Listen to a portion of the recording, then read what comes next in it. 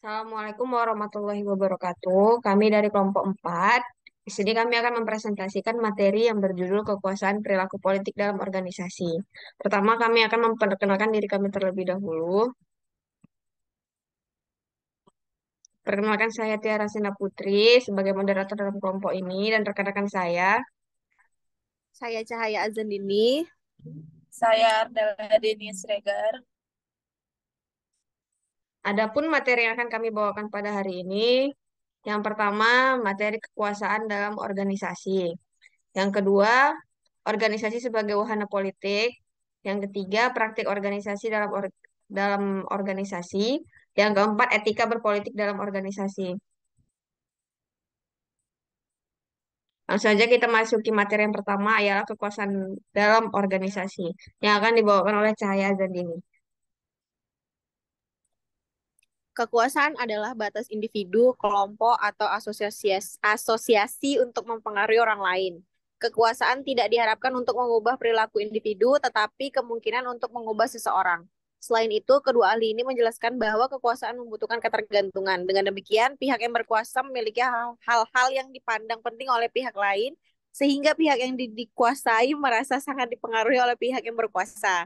Kekuasaan nyata biasanya ditentukan oleh serangkaian tanggung jawab yang diharapkan dalam suatu situasi. Misalnya, yang lebih baik memiliki kekuasaan daripada meminta bawahannya melakukan tugas otoritatif seperti yang ditunjukkan oleh kemampuan mereka.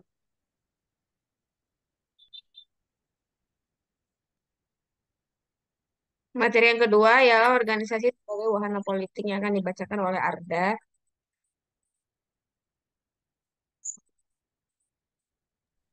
Organisasi sebagai salah satu entitas sosial juga tidak terlepas dari politik. Setiap orang dalam organisasi akan menggunakan taktik dan strateginya masing-masing untuk memperebutkan sumber daya yang terbatas, baik itu menyangkut distribusi informasi, kekuasaan, karir, maupun penghargaan lainnya. Organisasi kesehatan seperti rumah sakit juga tidak terlepas dari kegiatan politik. Tak dapat disangkal bahwa negosiasi merupakan salah satu bentuk aktivitas politik untuk mendapatkan komitmen bersama. Untuk menjadi manajer yang efektif, seorang manajer harus sadar bahwa politik selalu ada dalam setiap kehidupan organisasi. Berkenaan dengan praktik manajemen melalui pendekatan politik, maka seorang manajer atau yang termasuk pemain lainnya harus paham bagaimana bermain politik yang etis dan elegan, sehingga secara etis dapat diterima oleh anggota lainnya. Yang ketiga, praktik politik dalam organisasi yang akan dibawakan oleh Cahaya. Setiap aktor termasuk manajer menggunakan taktik dan strategi untuk mempengaruhi aktor lain dengan menggunakan sumber kekuasaan yang dimiliki. Secara deskriptif, beberapa taktik yang dipakai oleh para aktor adalah sebagai berikut. Satu, membentuk koalisi dengan pihak lain untuk meningkatkan dukungan dan sumber daya. Dua, menciptakan suasana, seremoni, dan simbol untuk membentuk persepsi dan perilaku orang-orang sesuai dengan peran dan fungsinya. Tiga, mentransformasikan kepentingan kita menjadi kepentingan pihak lain dengan mengubah persepsi dan tindakan pihak lain. Empat, memperluas jumlah pemain yang terlibat dalam suatu isu yang menjadi kepentingan kita untuk mendapatkan perhatian yang lebih luas. Lima, melaksanakan negosiasi dan tawar-menawar dengan pihak lain yang bersinggungan dengan kepentingan kita untuk mendapatkan kompromi. Enam, memiliki waktu yang tepat untuk setiap tindakan agar situasi menguntungkan kita atau manajer. Tujuh, sarana aktivitas politik untuk saling mempengaruhi antar aktor dalam organisasi adalah melalui komunikasi.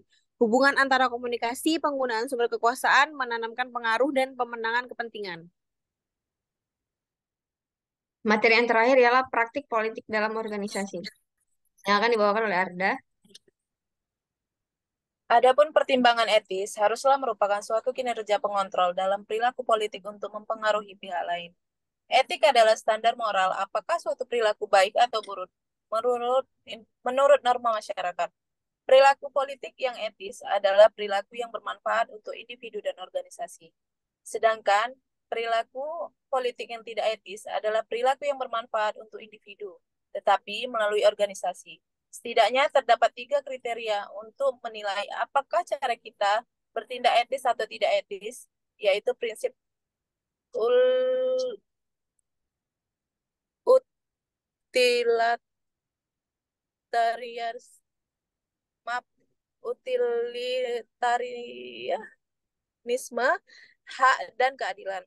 Prinsip utilitarianisme mengajarkan bahwa keputusan yang kita ambil haruslah memberikan manfaat terbesar untuk sejumlah orang terbesar. Pandangan demikian menekankan pada kinerja kelompok, yaitu kinerja organisasi. Dengan kata lain, pengambilan keputusan adalah dalam rangka efisiensi dan produktivitas organisasi. Bukan untuk mengambil keuntungan sepihak, prinsip hak menekankan bahwa setiap individu mempunyai kebebasan untuk mengemukakan pendapat dan berbicara, sebagaimana diatur dalam Piagam Hak Asasi Manusia. Prinsip keadilan mengisyaratkan individu untuk memperlakukan dan menegakkan aturan-aturan secara adil dan tidak berat sebelah, sehingga terdapat distribusi manfaat dan biaya yang pantas. Perilaku politik dalam kelompok cara mempengaruhi dengan azas manfaat dan kelompok cara mempengaruhi dengan kehormatan merupakan perilaku politik yang etis dan dapat diterima semua pihak. Hasil perilaku politik berdasarkan asas manfaat dan komitmen dan konsensus.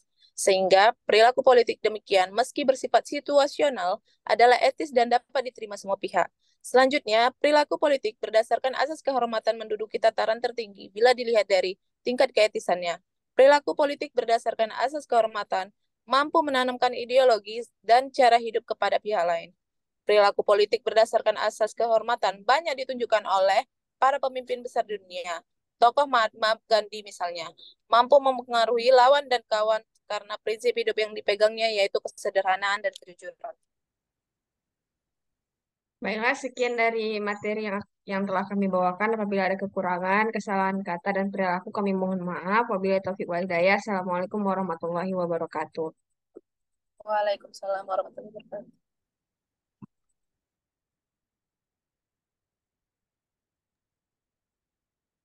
Terus